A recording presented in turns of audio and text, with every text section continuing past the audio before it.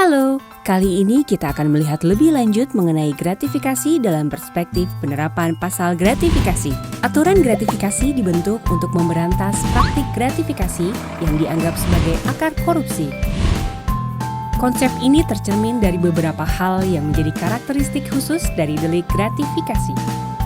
Pertama, unsur pasal gratifikasi yang dianggap suap tidak mencaratkan terpenuhinya unsur melakukan atau tidak melakukan sesuatu yang berlawanan kewenangan dari pegawai negeri atau penyelenggara negara.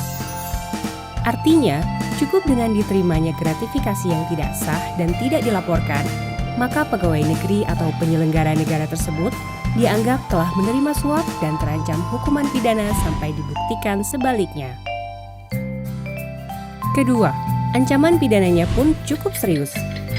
Pegawai negeri atau penyelenggara negara yang tidak melaporkan penerimaan gratifikasi yang dianggap suap kepada KPK dalam jangka waktu 30 hari kerja terancam hukuman maksimal seumur hidup. Ketiga, adanya mekanisme pembalikan beban pembuktian atas dakwaan penerimaan gratifikasi yang dianggap suap yang melebihi 10 juta rupiah. Mekanisme pembalikan beban pembuktian tersebut merupakan upaya pemberantasan korupsi yang mengandung sifat prevensi khusus.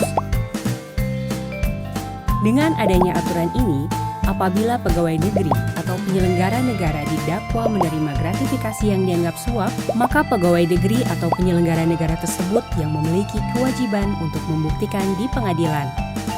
Walaupun delik gratifikasi yang dianggap suap masih relatif baru diatur dalam konteks tindak pidana di Indonesia, namun dinilai cukup efektif jika diterapkan dalam konteks temuan kekayaan yang tidak wajar milik pegawai negeri atau penyelenggara negara yang diduga berasal dari penerimaan gratifikasi.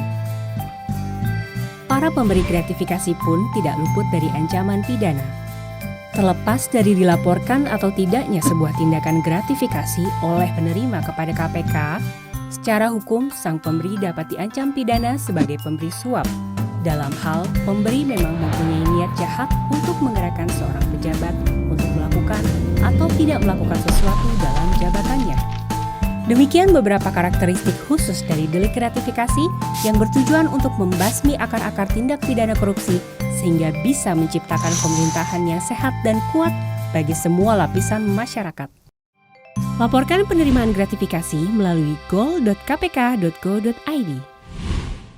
Sampaikan laporan penerimaan gratifikasi melalui Sekretariat Unit Pengendalian Gratifikasi Kabupaten Sumeneb, Inspektorat Kabupaten Sumeneb, Jalan Kamboja nomor 32 Sumeneb, atau melalui email upg.sumeneb99@gmail.com. Tayangan ini disampaikan oleh Unit Pengendalian Gratifikasi Kabupaten Sumeneb.